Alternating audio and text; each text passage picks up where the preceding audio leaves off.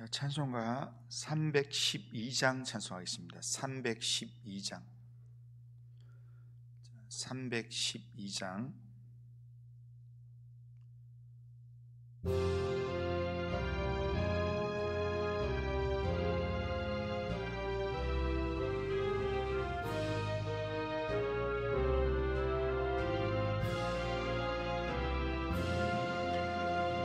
너 하나님께 이끌리어 일평생 주만 바라며 너 어려울 때 힘 주시고 언제나 지켜주시리.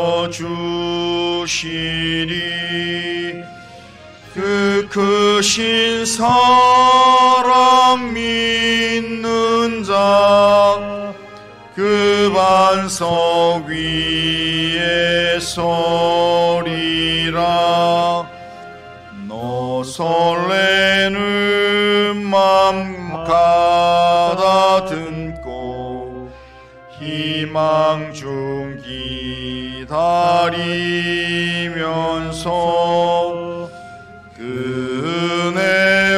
은혜로신 주의 뜻과 사랑에 만족하여라.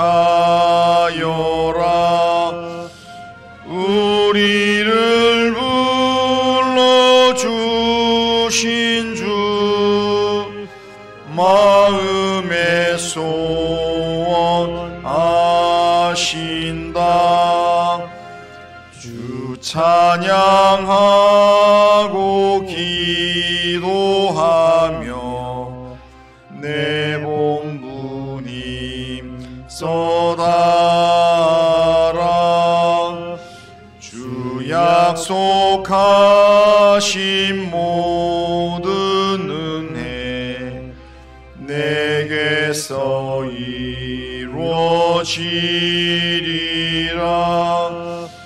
참되고 의지하는 자 주께서 기억하시리.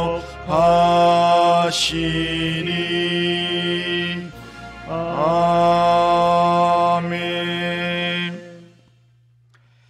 신앙 고백합니다. 나는 전능하신 아버지 하나님 천지의 창조주를 믿습니다. 나는 그의 유일하신 아들 우리 주 예수 그리스도를 믿습니다.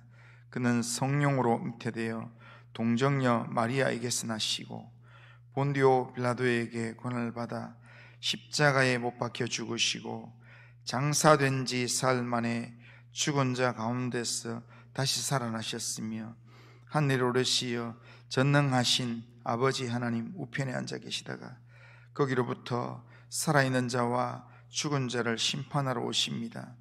나는 성령을 믿으며 거룩한 공교회와 성도의 교제와 죄를 용서받는 것과 몸의 부활과 영생을 믿습니다. 아멘. 자, 하나님 말씀은 역대하 25장 14절부터 역대하 25장 14절부터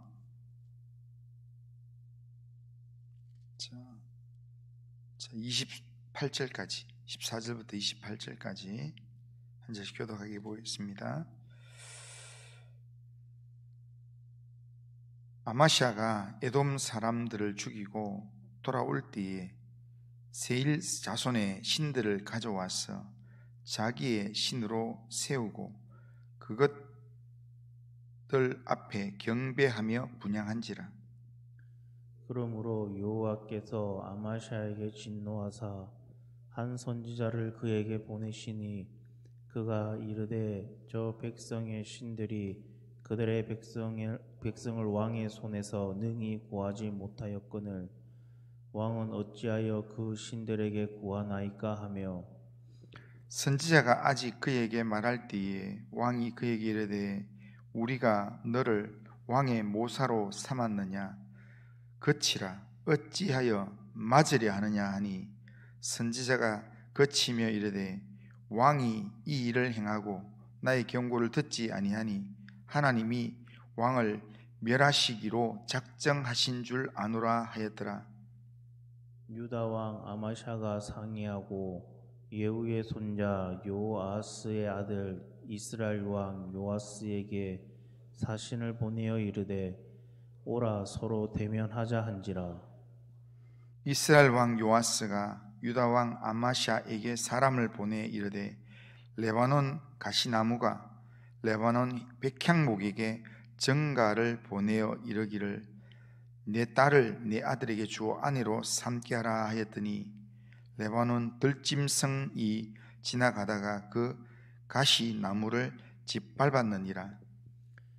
내가 에돔 사람들을 쳤다고 내 마음이 교만하여 자긍하는도다. 내 궁에나 있으라. 어찌하여 화를 자초하여 너와 유다가 함께 망하고자 하느냐 하나. 아마샤가 듣지 아니하였으니 이는 하나님께로 말미암은 것이라. 그들이 에돔 신들에게 구하였으므로 그 대적의 손에 넘기려 하심이더라. 이스라엘 왕 요아스가 올라와서 유다 왕 아마샤와 더불어 유다의 베세메스에서 대면하였더니 유다가 이스라엘 앞에서 패하여 각기 장막으로 도망한지라.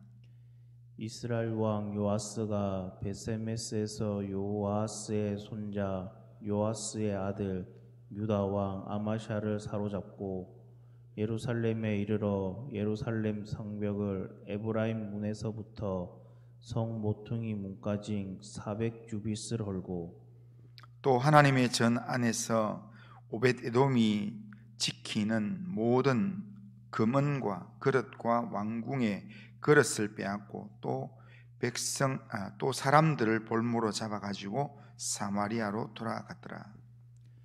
이스라엘 왕 요아하스의 아들 요아스가 죽은 후에도 유다 왕 요아스의 아들 아마샤가 15년간 생존하였더라.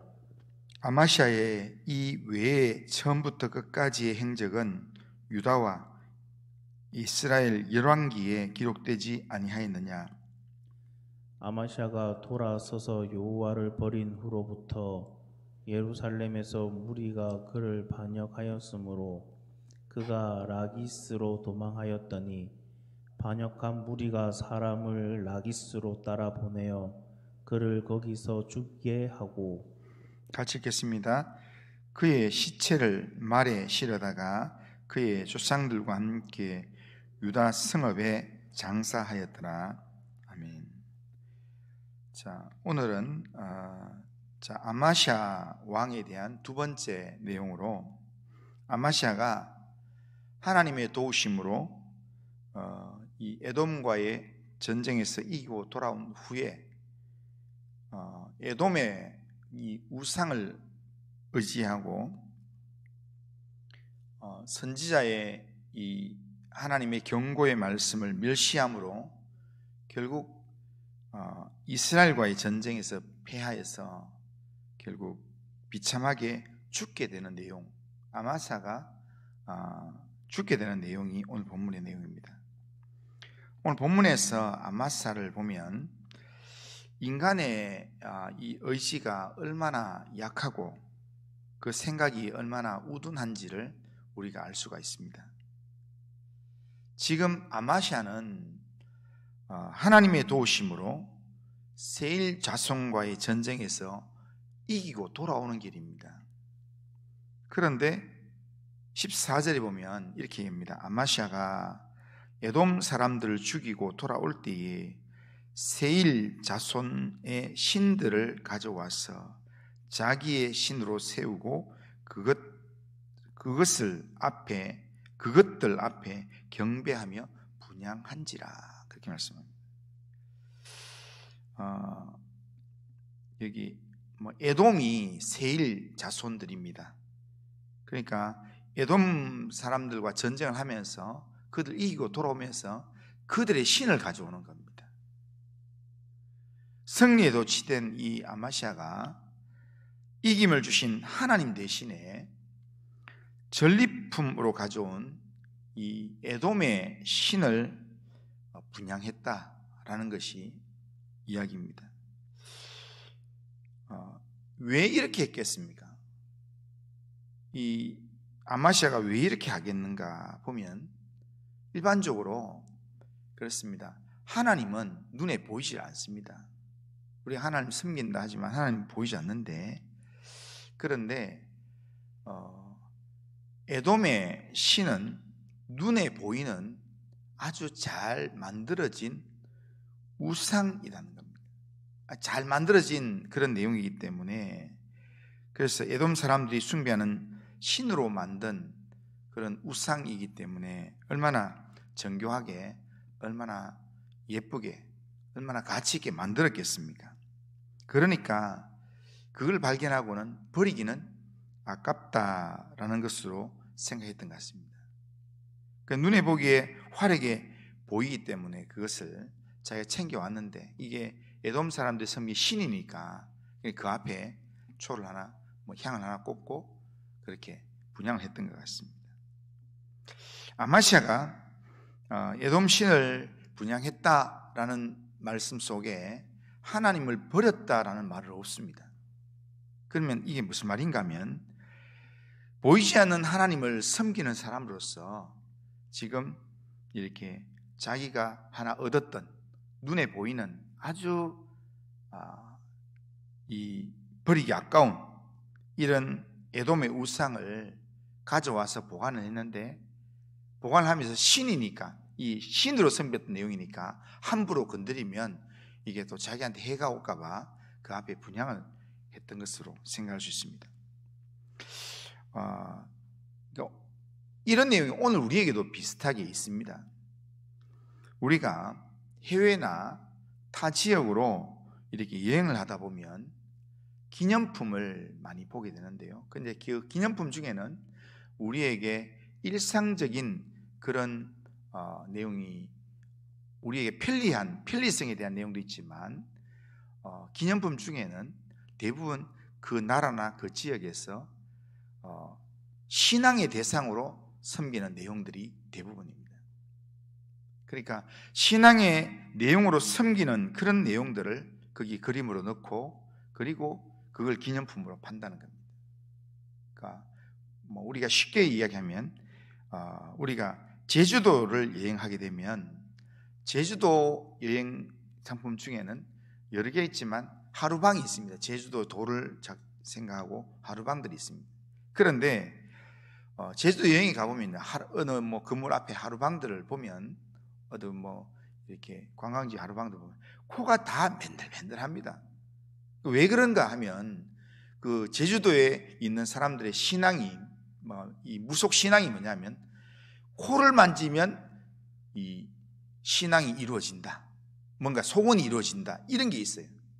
그러다 보니까, 그러니까 이렇게 들어가면서 코 만지고 나오면서 코 만지고 이래가지고 다른 부분은 다 그냥 그 현모암이라서 거칠한데 코 부분만 맨들맨들하게 되어 있습니다. 그런데 제주도에서 여행하고 오는 사람들이 다 하루방을 선물로 가져와서, 근데 이렇게 그냥 기념품으로 갖다 놨다가, 그러다가 이게 어느 날 여행 가이드가 설명했는 그게 생각이 나가지고 코 만지면 뭔가 소원이 이루어진다더라. 그러면서 주일날 예배도 드리면서 평일날 어디 중요한 결정할 때 코 한번 만지면서 오늘 내 문제 좀 해결해 주세요, 이렇게 소원을 이야기하는 그런 내용하고 비슷한 겁니다. 지금 아마시아가 하나님 버린 건 아닌데, 하나님을 보이지 않는 하나님을 섬기지만 이 에돔의 신을 지금 가져와서 그렇게 했던 겁니다. 이게 우리 이렇게 길거리에 보면 어떤 천주교나 아니면 이렇게 이방신을 섬기는 사람이 자기의 모든 이제 그 신앙을 정리하기 위해서 그렇게 모든 걸 다 정리해 가지고 바깥에 딱 이렇게 쓰레기통에 버렸는데, 쓰레기통에 갔는데, 아파트 쓰레기 분리장에 갔는데 그 가보니까 이렇게 성모상이라든지 예쁜 그 상이 있어요. 그런 상을 보면 저거 좀 버리기에는 너무 아깝다. 흠도 하나도 없고. 그렇게 해서 이렇게 집에 갖다 놓는 것 혹 있을 수 있습니다. 근데 집에 갖다 놔놓고 가만히 생각하니까 저 아주 좀 경건하게 보이는데 하면서 그 앞에만 가면 뭔가 이 좀 경건한 마음을 가지면서 거기에 이 마치 아마시아가 분양하듯이 그렇게 하는 경향이 있습니다. 그런 내용들을 아마시아의 이 신앙과 연결을 시킬 수 있습니다. 그러니까 이것은 어떻게 보면 아마시아가 영적으로 민감하지 못한 겁니다. 그러니까 아이고 내가 하나님을 섬기는데 이런 거 한 가지 한다고 뭐 문제가 되겠나 이런 생각으로 하지만 그 영적인 일에는요 꼭 마귀가 틈을 타기 때문에 우리가 하나님 아닌 다른 걸 섬긴다고 흉내를 내면 거기에 악은 그 모양이라도 버리라고 성경은 이야기하는 이유가 거기 있습니다. 흉내라도 내면 거기에 사탄이 딱 들어온다는 겁니다. 틈을 주면 사탄이 그 틈 사이로 사탄이 들어와서 우리의 신앙을 흔든다는 겁니다. 그런데 오늘 본문에서 아마시아가 더 큰 문제가 뭐냐면 이런 잘못에 대해서 하나님께서 아마시아를 사랑하셔서 하나님 보시기에 정직하게 살았던 이 아마시아를 이렇게 깨우치기 위해서 선지자를 보냅니다. 선지자를 보내서 지적을 하는데 선지자의 말을 듣지 않는다는 게 그게 문제라는 겁니다. 15절을 보면 그러므로 여호와께서 아마시아에게 진노하사 한 선지자를 그에게 보내시니 그가 이르되 저 백성들의 신들이 그들의 백성을 왕의 손에서 능히 구원하지 못하였거늘 왕은 어찌하여 그 신들에게 구하나이까? 라고 그렇게 하나님의 음성을 전해줍니다. 그렇다면 이전에 아마시아 같으면 하나님 보시기에 정직하게 행했던 아마시아 같으면 이 경고의 말씀을 듣자마자 딱 돌이키면서 이 우상을 제거했을 것입니다. 그런데 지금은 듣지 않고 오히려 화를 내면서 선지자가 더 이상 경고의 말을 이어가지 못하도록 그렇게 말을 멈추게 합니다. 16절 보면 선지자가 아직 그에게 말할 때에 왕이 그에게 이르되 우리가 너를 왕의 모사로 삼았느냐 그치라 어찌하여 맞으려 하느냐라고 얘기합니다. 아마시아가 왜 이렇게 하나님의 선지자에게 화를 낼까요? 그 화를 내는 근본적인 이유는 조금 전에 전쟁에 승리했기 때문에 나도 어느 정도 하나님이 나를 좀 도와주시는 수준이 있는 사람이다. 나도 어느 정도 신앙생활을 했는 사람이다. 라고 하는 교만한 마음이 자기 속에 있기 때문입니다. 누군가가 이렇게 이거 안 맞습니다. 하지 마세요. 이거 하나님 기뻐하지 않습니다. 이러면은 내 마음속에 처음 신앙을 잘 모를 때는 아이고 하나님 말씀이 내가 그래서 순종해야지 이렇게 했는데 어느 정도 신앙생활을 좀 하고 나면은 아이고 내가 교회 생활 10년 했는데 나도 안다. 네가 이게 하나님이 나 위한 선지자로 네 세워놨냐? 내가 다 내 신앙은 내 알아서 한다. 나도 내 속에 보이지 않는 하나님 내가 섬기고 있다. 이런 마음으로 지금 교만하게 이야기하는 겁니다. 실제로 하나님이 도와주셔서 승리를 얻게 된 내용이지만 마치 자기가 운이 좋아서 자기가 싸움을 잘해서 승리한 것이라 착각하면서 마음이 교만했기 때문에 이런 선지자의 말이 들리지 않는 겁니다. 사람이 마음이 교만해지면 하나님의 말씀이 들리지 않습니다. 그래서 하나님의 말씀을 전해주는데도 자기 뜻과 맞지 않으면 오히려 화를 내는 겁니다. 이게 일반적인 원리입니다. 이런 아마시아를 하나님 어떻게 하시는가? 하나님의 경고를 듣고 악에서 돌이키면 하나님께서 그를 긍휼히 여기시지만 경고를 거부하고 하나님 말씀을 듣지 않으면 그리고 자기 속에는 옳은 대로 행하면 하나님께서 그 행위대로 하나님께서 갚아주시는 겁니다. 아마시아가 선지자의 말을 이렇게 반응한 것은 세일 자손과의 싸움에서 이긴 것이 하나님의 은혜라는 사실을 깨닫지 못했기 때문입니다. 자신이 힘이 있어서 능력이 있어서 전쟁에서 이긴 것이라 착각을 하고 교만했기 때문에 그랬기 때문에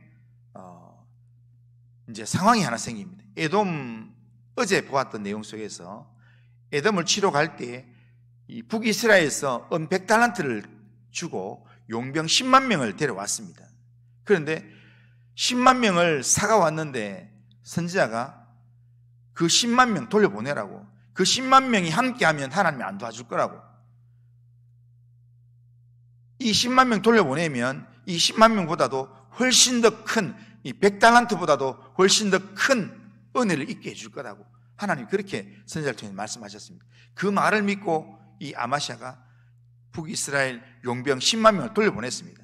그런데 그 당시에 전쟁을 하면 이 용병을 살 때 용병의 돈은 누구한테 주는가 하면 그 용병의 주인 되는 왕한테 주는 겁니다.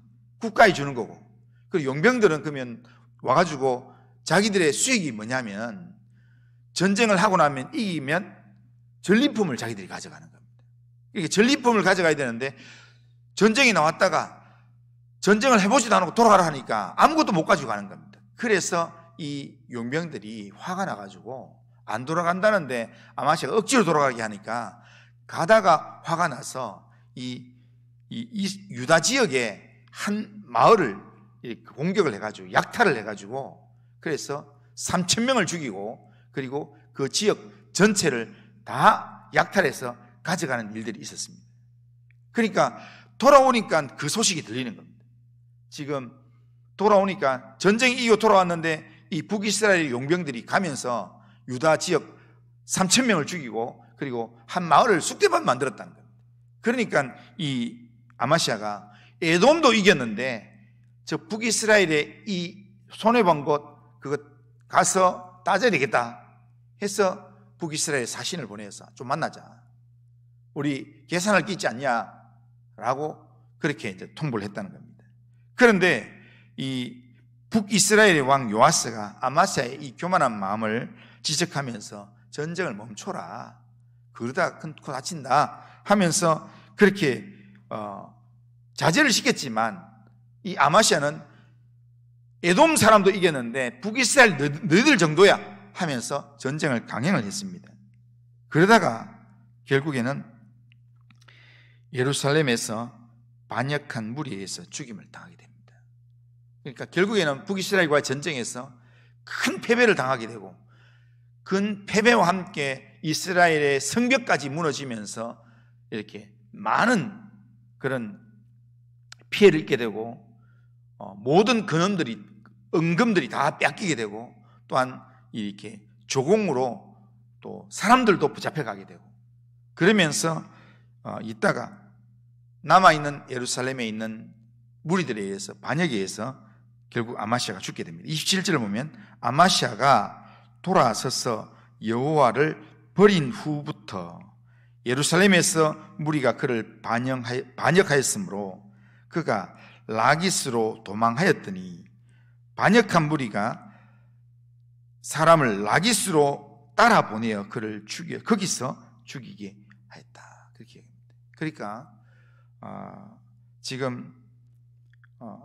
하나님을 버린 후부터 예루살렘에서 무리가 그걸 반역하니까 목숨 건지려고 이 이스라엘 쪽으로 망명을 갔습니다. 이스라엘 쪽으로 망명을 갔더니 거기까지 따라와가지고 결국 이렇게 라기스에서 결국 죽게 된다는 겁니다. 그러니까 하나님은 정확한 분입니다. 하나님을 찾고 하나님을 의지하는 사람은 하나님 반드시 붙드시고 하나님 도와주시는 분이시지만 하나님을 버린 사람은 하나님도 버린다라는 겁니다.